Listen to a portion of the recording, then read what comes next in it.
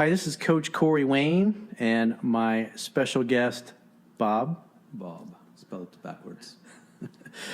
This is going to be the first inaugural episode of Living Well Philosophies. I don't know if we're going to keep that title, but that was kind of the theme that we wanted to start with. And so Bob's been a dear, close friend of mine for about 15 years. And we go to lunch a lot, and we hang out and we talk about life, purpose of life, spiritual things. We talk about politics.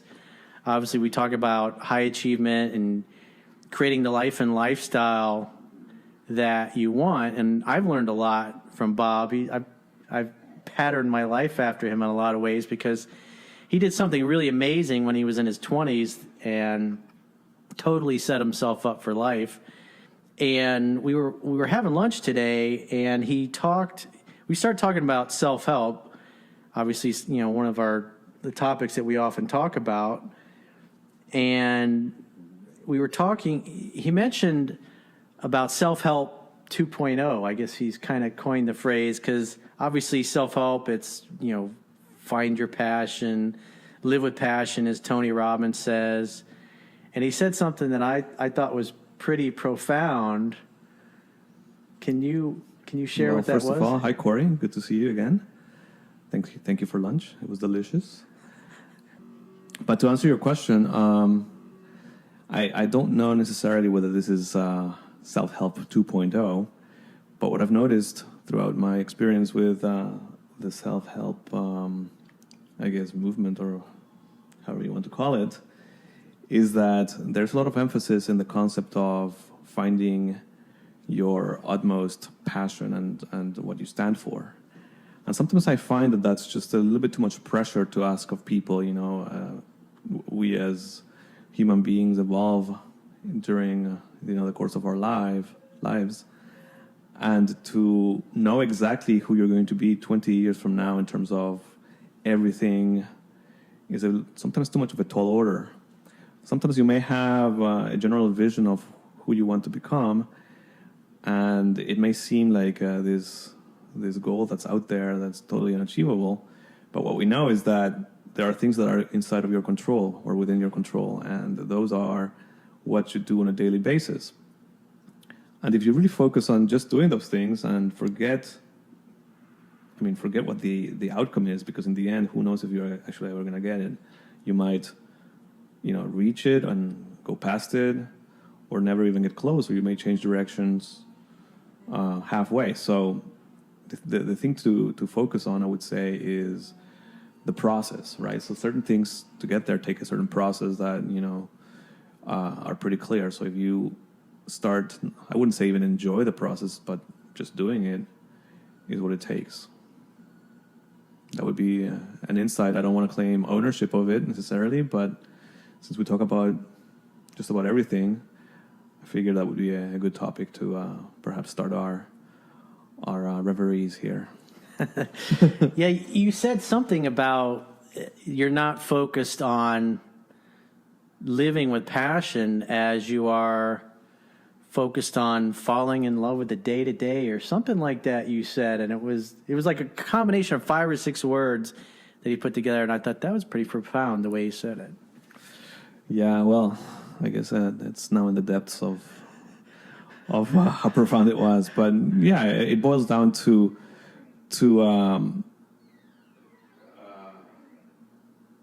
just doing it. If I think of the exact phrase, I'll say it again, but it boils down to that. It boils down to, because at the end of the day, if you're, say today is the first day you've decided to work on losing weight or getting in shape, or you decided to start a business in your spare bedroom, or maybe you're going back to school, or maybe you just resolved to find a job that's better than the job that you're working at. You've got to start somewhere, and the reality is there's a lot of time that's going to pass from where you are right now to where you want to be. And you can't look at happiness as something that you're going to achieve 10, 20 years from now when you achieve your goals. because you got all that living. You can't go through life and say, well, I'm not going to be happy until I achieve this, or I buy that car I wanted, or I date that woman that I wanted, or my business takes off. You got to find a way to fall in love with the process of living and the day to day, because the reality is anything you build, anything you start out to do or to become, like I talk about in my second book, Mastering Yourself, you're a minimum of a decade at least before you really. And if you look at Zuckerberg or Steve Jobs or Bill Gates or any of those guys that have become household names, it's not like they came up with this idea for a business and a year later they were billionaires. I mean, you didn't hear about them and everything they were doing for the first 10 years they were doing it. They were kind of anonymous. But obviously once they broke through, now everybody looks at them and they kind of don't see the work that was behind it. Right. Well, I think, using the word happiness is one of those words that I've learned to become also a little bit allergic to. So passion and happiness are obviously very important in our society, in our culture. But if you think about it, really, there's a lot of pressure in what is happiness. In fact, if you're happy, that would mean that you've basically accomplished everything you'll ever be. And if you're there, you're probably dead. So the concept of not being content, or by definition, not being happy, is in a way the status or the state of being a human being. You can always imagine how much better it could be if only, right? The trick is to not totally make yourself miserable in comparing your today versus what it could be. And the fact is that, you're growing and growing, and suddenly you're no longer growing, and then you're dying and dying, and that happens to basically all of us. And so there's always some mega hero out there that is doing things better than you, or somebody's got a life that's better than you. And if you think that you'll only be happy if, that's just too much pressure. And the same thing with passion, I think. In fact, I think sometimes the best thing to do is just not think about a lot of those bigger concepts and understand, again, process, right? It's not like, for example, we were talking about doing squats earlier. I mean, you got to do them. Who loves doing squats? I mean, it's basically masochism. It's not fun per se. You just do them, and if you're lucky enough to enjoy it, then good for you. But most likely, if you don't enjoy it, that's also okay, because you're not supposed to enjoy it necessarily. You're just supposed to do them. And Nike, I guess, had it right with their "Just Do It" slogan.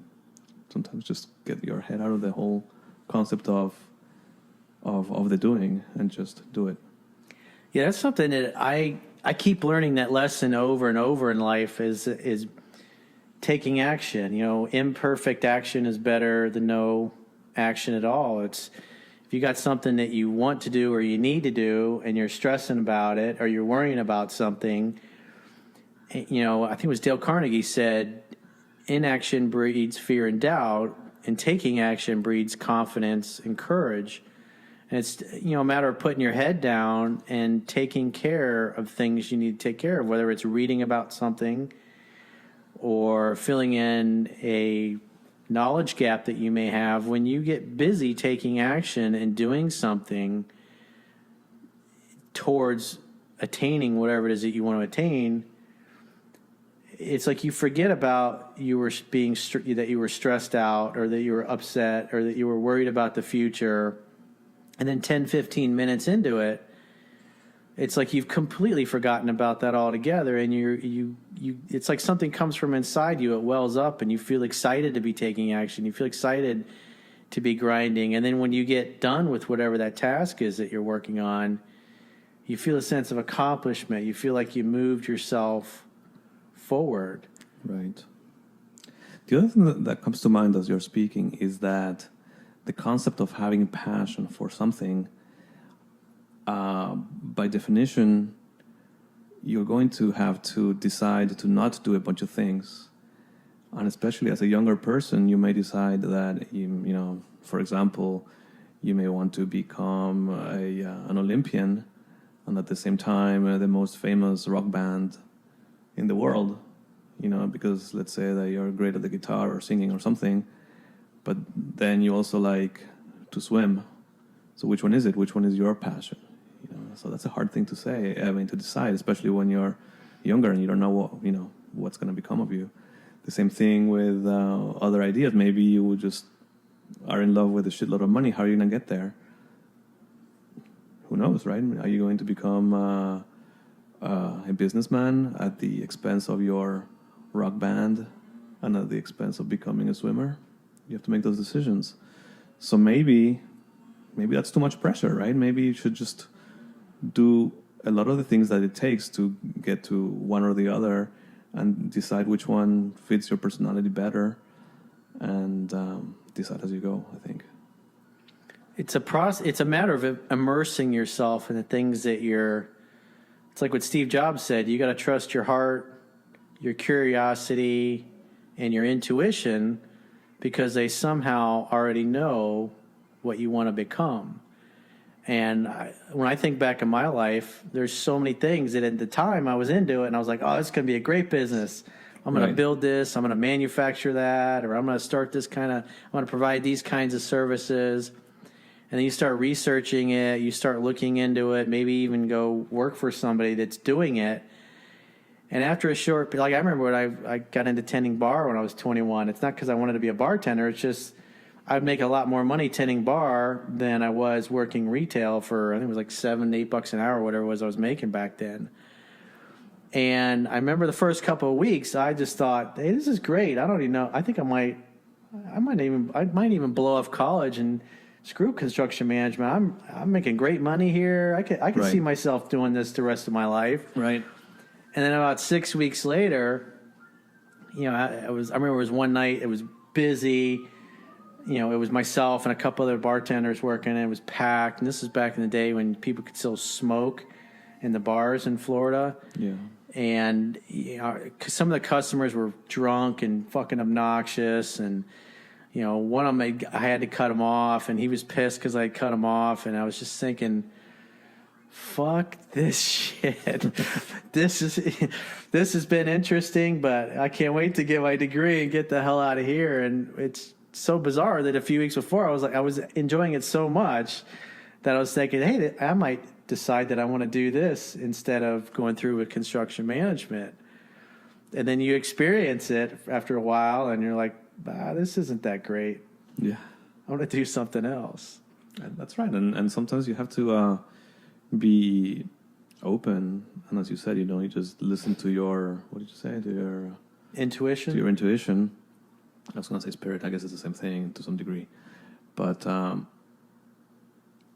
then the other thing, and that's kind of part of being on this planet, is that sometimes shit happens and you have to go with it somehow, for the better or the worse. I mean, in a way, it's not like I planned everything that has happened in my life. I think there's a tendency also in a lot of our self-help culture to put a lot of the burden of success, or not a lot of it, all of it on us.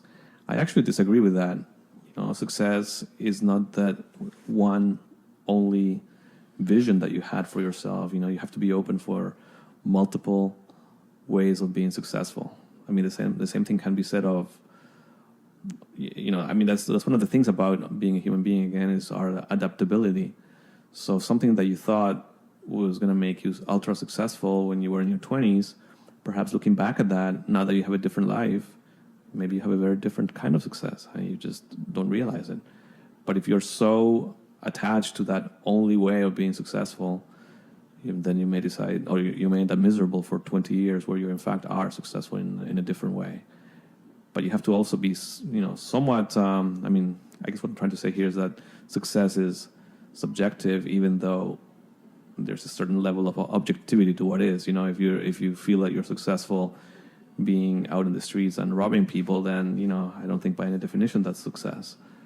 But you may not have become that rock star that you always wanted, but you may be an amazing father or or just an amazing member of society, you're still successful. And at some point, and this is kind of what comes with being a bit older, is at some point you have to let that dream go, because then you're just deciding to be sad and miserable for no reason whatsoever. You're not going to get that anymore.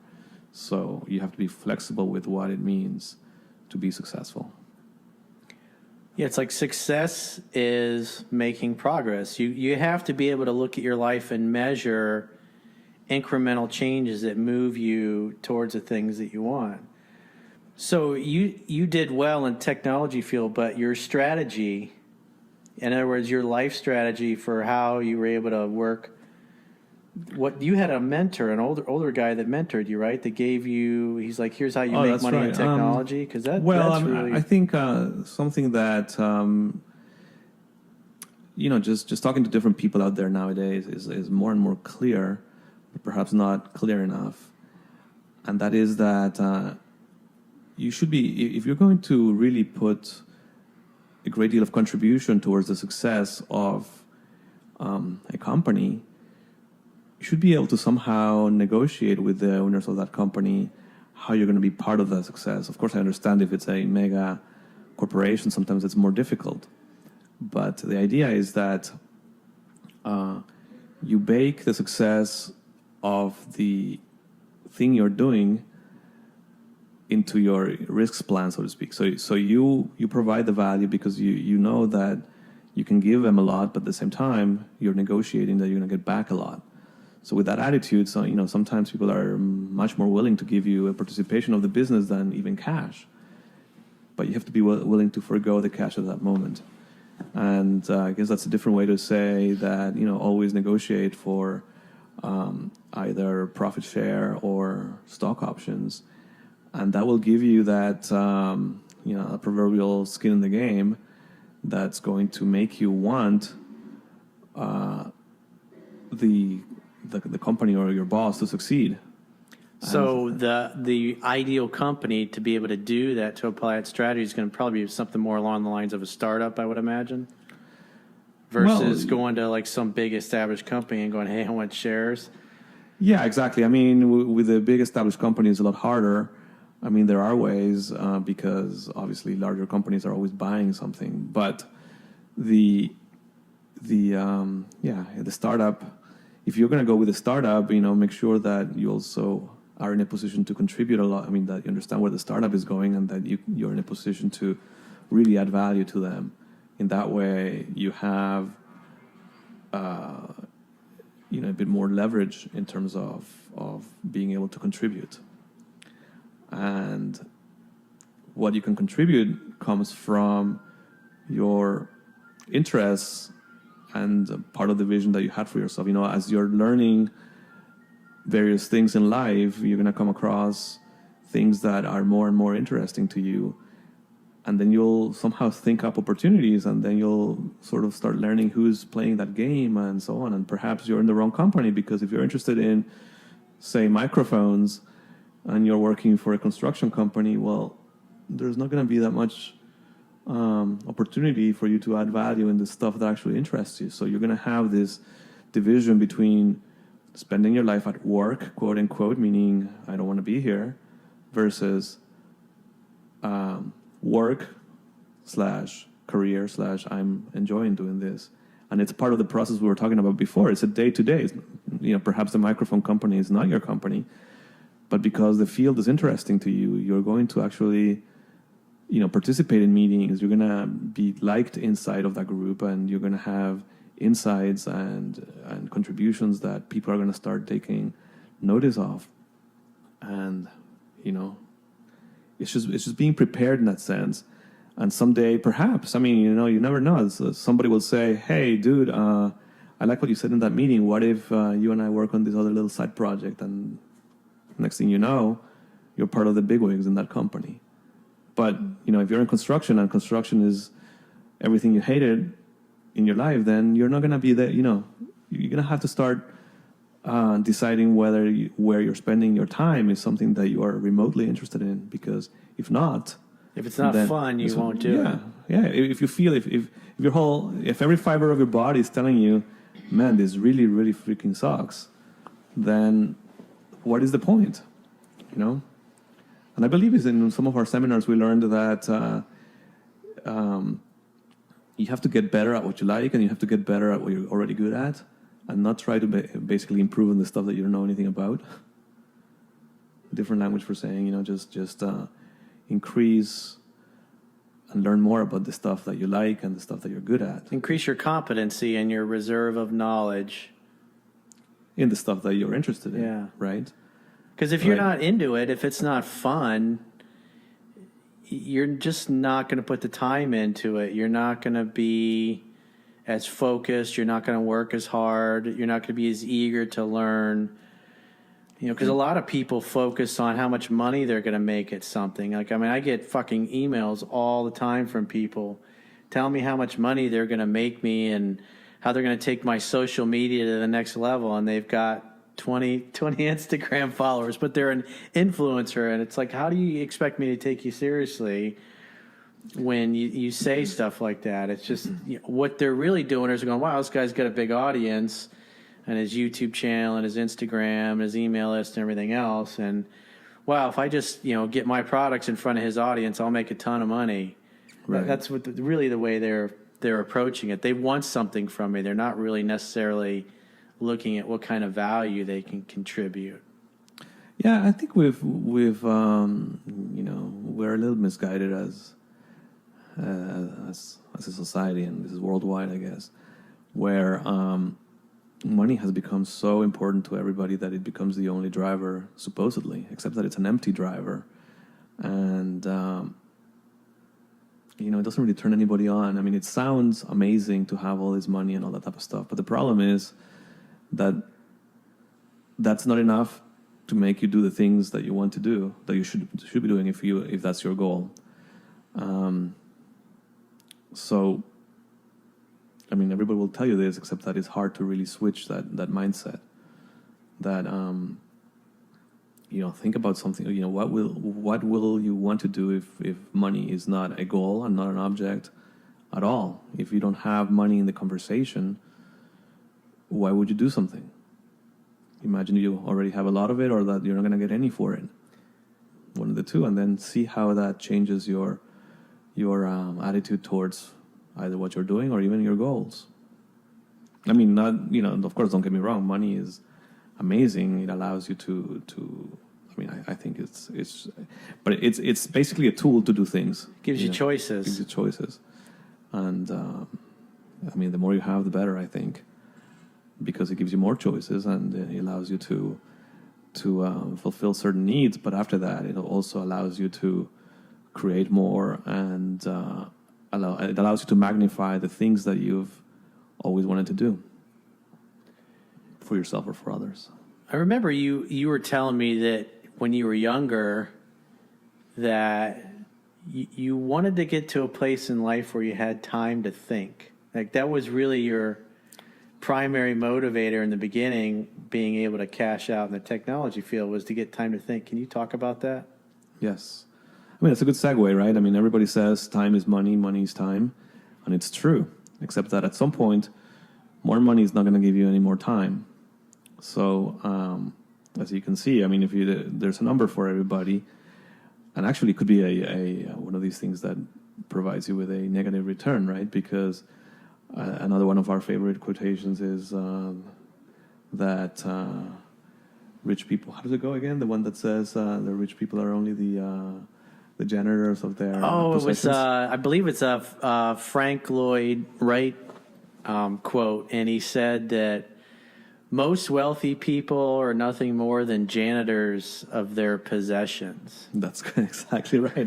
So you could end up, you know, having a lot of money, and then you start buying more crap, and then the next thing you know is you're basically answering phone calls from your service people and your maids and your painters and your decorators and you know, people in their different properties that something happened and so on, right? So in the end, your ultimate goal, which in my case, for example, is time, I have to be careful, right? So if I were to buy you know, say, one of these really fragile cars out there that everybody loves, and then I ends up being in the shop all the time, then every time I have to go to the shop and talk to the mechanic, which it's not something I like at all. I mean, some people love their cars. To me, a car has to just go from point A to point B. The more luxurious, obviously, the better. But it's not anything that I would, invest any energy in. Because my main goal throughout life has been to have time. Time is a value, and that's something else that perhaps I've had the fortune of always being clear, which is that's what I want with my life. I just want to have a lot of time for whatever. And I've always been very careful about. I mean, it could work both ways, right? It could also encroach upon your commitment towards certain things, but you have to do that mental calculation. Is whatever I'm going to embark on going to diminish time in the way that I envisioned for myself, or is that time in the stuff that I am supposed to be doing, is that time well spent? Only I can define that, right? So only you can define where your values are, and then make sure that whatever you're doing is in congruence with those values. So yeah, Corey, time is of my essence, I guess. I think that's misspoken, but anyway, time is important. That's the most important thing. I noticed, I was talking about this in a video that I did the other day. It's like, I just turned 49, and that really is the older you get, the more you appreciate that, is how much time you have left. Like I remember the documentary, I think it was Football Life with Jimmy Johnson, and it was the one they did on Jimmy Johnson several years ago, and something important that he learned from Wayne Huizenga, who was the former owner of the Dolphins. He started Waste Management.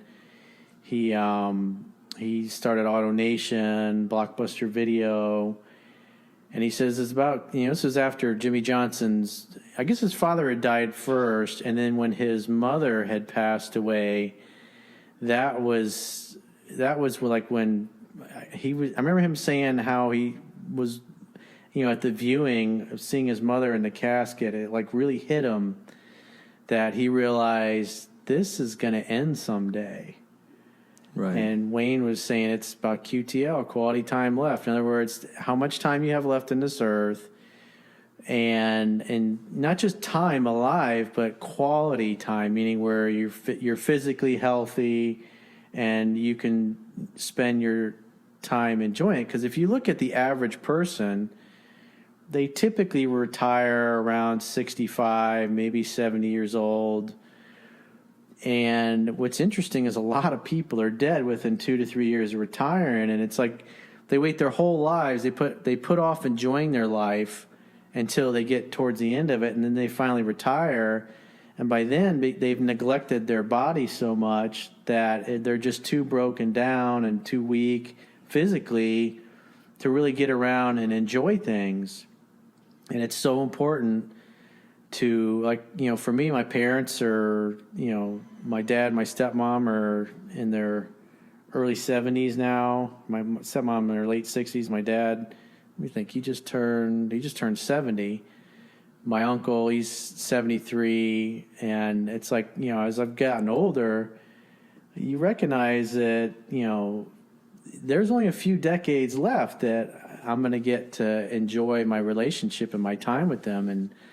And so, that's why I try to spend as much time with them as I can. And I try to spend as much time with my friends as I can, and even high school buddies getting together and doing things, because it's like I've had a number of them pass away unexpectedly over the years. And the older you get, the more you appreciate those lifelong relationships. And most importantly are the memories, because at the end of the day, when you start to lose your physical health and you're kind of laying in bed or you're sitting in your ass because you can't really move around too much, you're going to be thinking about the things that you enjoyed in life and the good memories. And if you spent your, most of your youth and your midlife working your dick into the ground to fill your bank account up, and then you get towards the latter half of your life and you're like, oh, now I'm really going to start living and enjoying it. Yeah, it doesn't happen that way at all.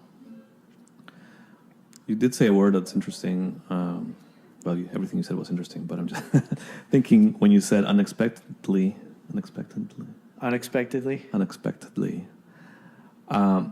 That's the media uses that term a lot when it comes to politics. unprecedented. Unexpectedly, the economy is doing better. But Unexpectedly, Tom Brady won the Super Bowl. Life does seem, well. Actually, that's interesting. Yeah, unexpected. Can we come up with another word that's not unexpectedly? Oh, I actually just said it right. Anyway, unexpectedly, Tom Brady won the Super Bowl is definitely not unexpectedly. I mean, the guy worked his ass off to get there. But life does give you a lot of unexpected situations, and some of them are incredibly unfair. And what are you going to do? You just have to deal with it, right? I mean, when you're talking about taking care of yourself and your health, obviously just do it. And if some idiot happens to run you over, then you have a new situation. And what did we learn from this? I don't know. That basically life just can't give you shit when it wants to. So you could be doing everything right and still get horrendous results. So as long as somehow you feel that your process, your day-to-day is fine with you, then in my book, that's great. And then as things change, hopefully not for the worse all at once, then, you have to deal with that at that particular moment. And that's, again, it's at that particular moment. And so I think what happens a lot with our goals and this pressure on the future and our future happiness and the bank account and all that type of stuff is that we're hating our day-to-day all the time. So we're in a bad mood and miserable because we're meant to for great glory, and that never comes. In the meantime, you basically just wasted every moment that you had. So at that particular moment, quote unquote, is what matters, and you deal with that when you get there. Cross that bridge when we get there. Life happens for you, not to you. Sometimes, right? And you definitely have a certain level of responsibility, but I believe there's only so much you can do sometimes, and sometimes a lot of good things come your way and you don't deserve them. Hey, take them. And sometimes a lot of bad things come your way and you don't deserve them either, and I guess you have to take them because there's no other option. But that doesn't mean that you don't have certain control. Again, to talk about life self-help 2.0, I think 1.0 gives you too much pressure. I'm here to tell you guys that 2.0, the new and improved version, allows you to blame life a little bit, but just not too much, and go with the flow, and just focus on the day-to-day stuff, and that's what life is in the end. Is what you do on a moment-by-moment basis.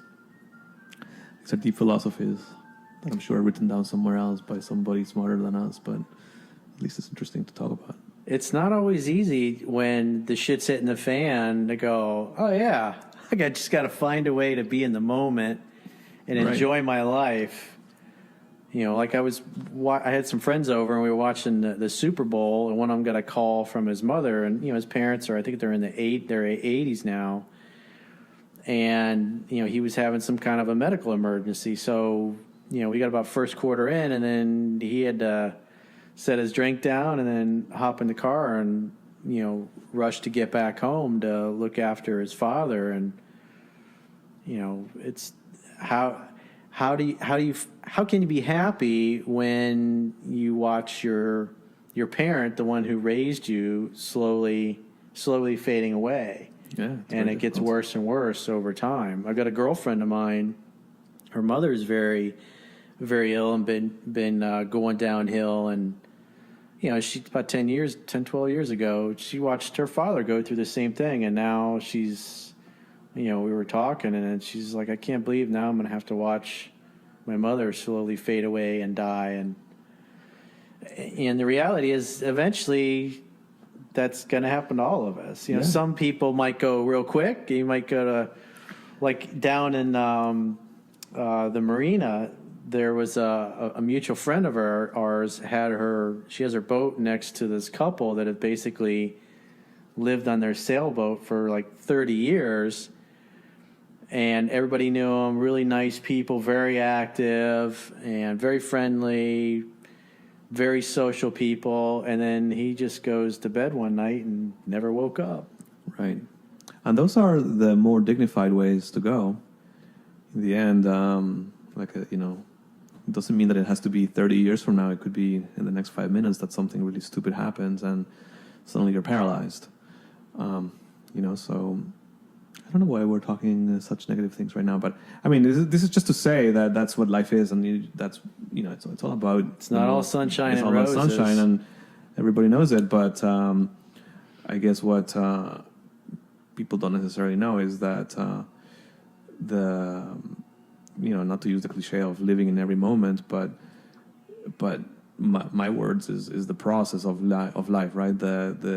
Just getting, fall in love with waking up at the time you have to wake up and do whatever you need to do because that you think is going to get you there, and you're probably right, but just do it. And again, my thing is you don't have to necessarily enjoy it as long as you do it. And perhaps enjoyment will come from realizing that you've done that for a number of years and you're getting closer to whatever goal it was. I mean, as long as the things that you're doing are somewhat again, congruent with getting you there. So, again, to go back to that example. Yeah, there's a difference between being busy and being productive. Correct. Most people are busy doing all kinds of things that are not productive at getting them closer to where they want to be. Yeah. Yeah, say, for example, that you want to become, which is actually my case, I would like to start writing and get somewhere with that, right? So write novels and short stories and so on, so fiction writing. And that particular field is extremely competitive, and, success is basically guaranteed to not happen because there is a shitload of competition, and again, in my view, there's a lot of luck involved. However, there's a lot that you can do to get there, right? And part of it is preparation meeting opportunity. Yeah, exactly. So that's what luck is. If you say you're a writer, well, at least write something, right? And how much do you have to write? Well, there's information out there about how much you have to write to even get in the door. But then what door, right? So you have to understand the world of writing.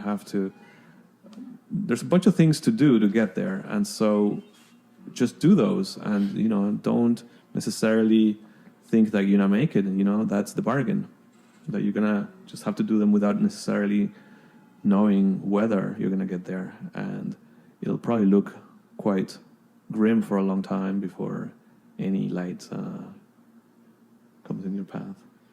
Yeah, it's like when I talk about this a lot off and on in my videos is when you start something or you set a goal, what made my life coaching business so successful was YouTube. And when I started this business, YouTube didn't even exist. I mean, it was, I think it was founded in 2006. And by that point that was my first year full time in this business. And I was still advertising in the ways that made my real estate and mortgage company successful through television and radio, and and I was playing around with Google pay-per-click back then. But what really made my business take off was doing the YouTube videos, and the YouTube videos came after I'd been writing and blogging for several years. And what's interesting is that if you look at the trend lines, people have basically three ways they consume things. They consume things through written word, through audio is the second one, and the third is through video. And so if you look back over the last 10 or 12 years, 13 years, you had, people were on the different blogging platforms.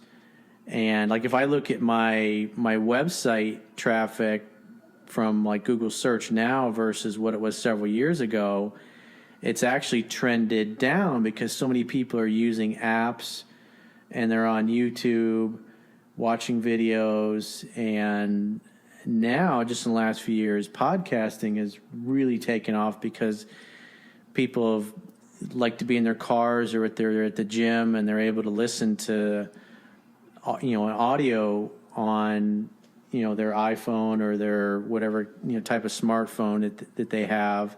And so that downtime they would have commuting in the car or whatever, or sitting at home in front of the, TV watching a sitcom at night. Instead, they're going to be on YouTube watching some kind of self-help or some kind of how-to video that teaches them something that they want to know, or there's somebody that's got a similar experience or problem that they've solved that they're in the middle of trying to solve themselves.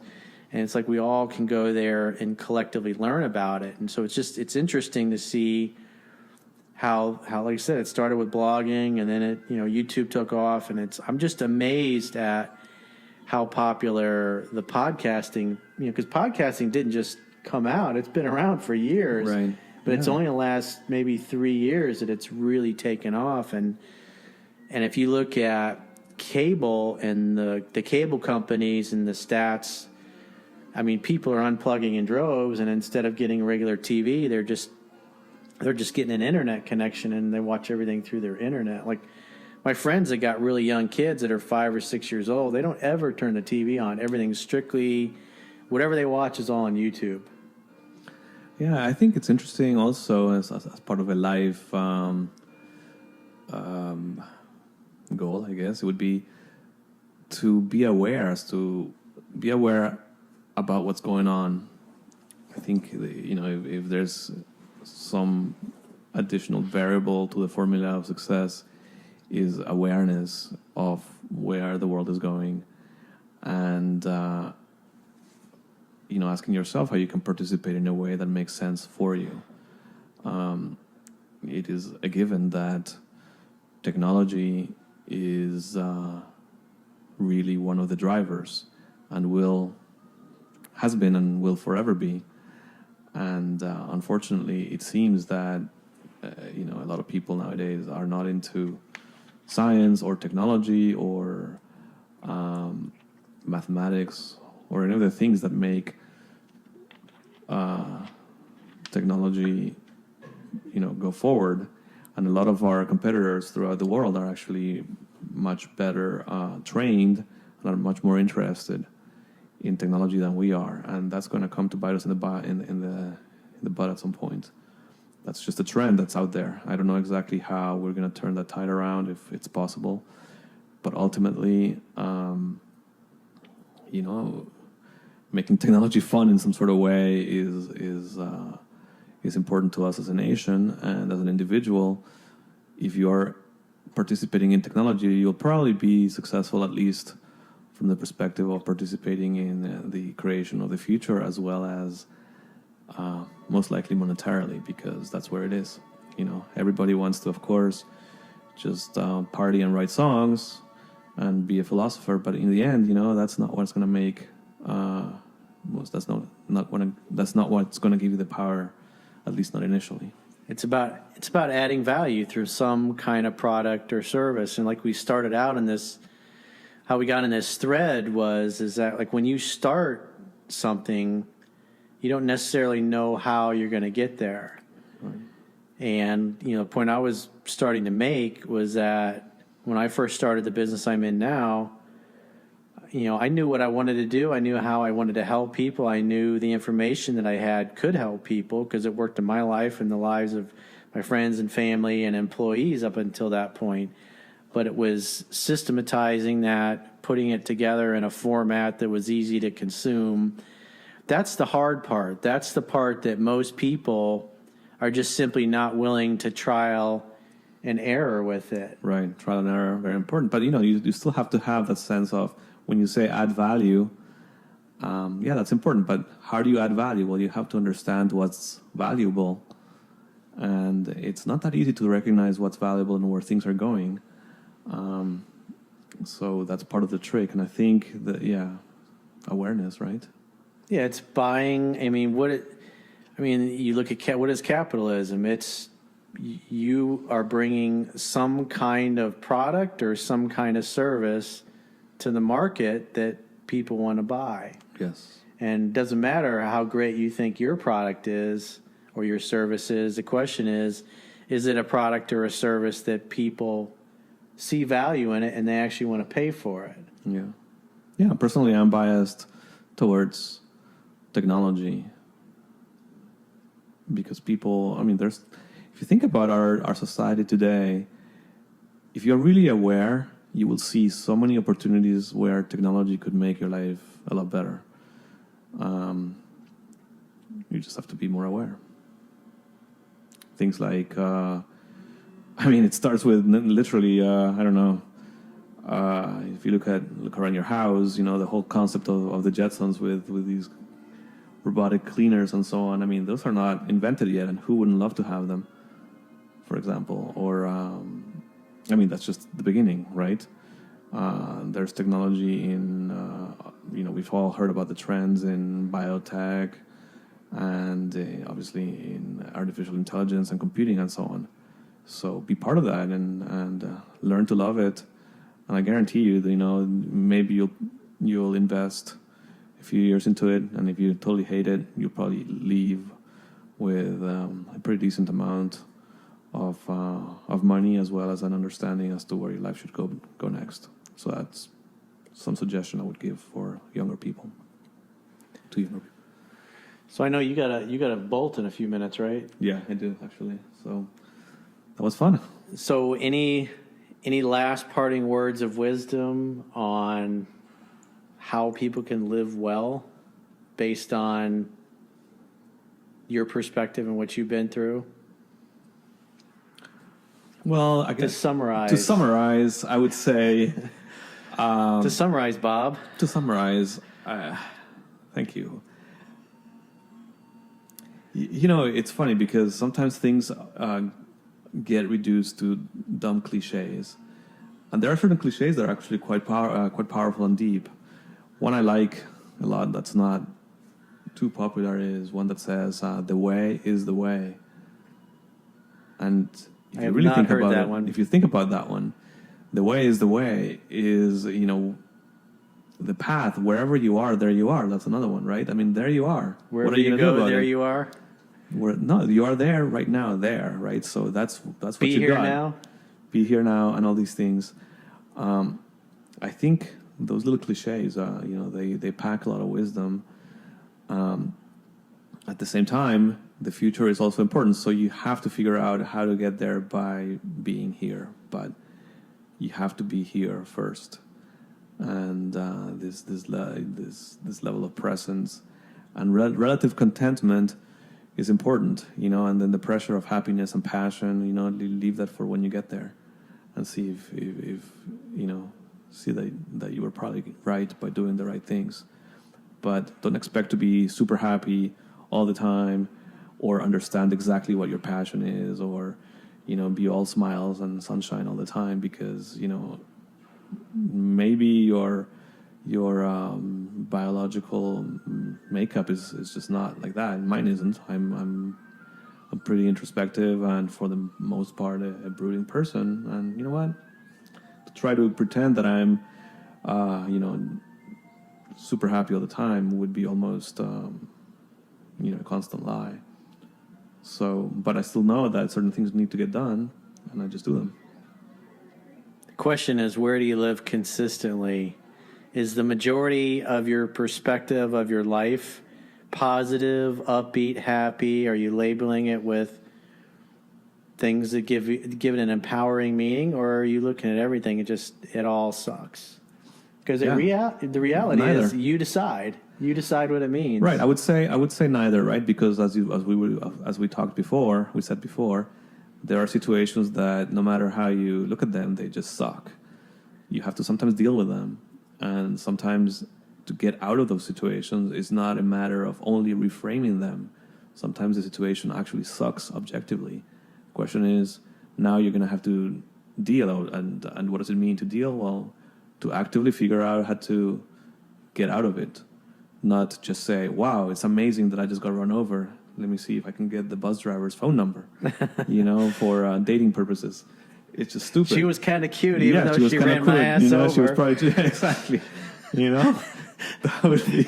Maybe she can push me around in my wheelchair now. Right, exactly. I think she'll come visit me in my hospital bed. Yeah.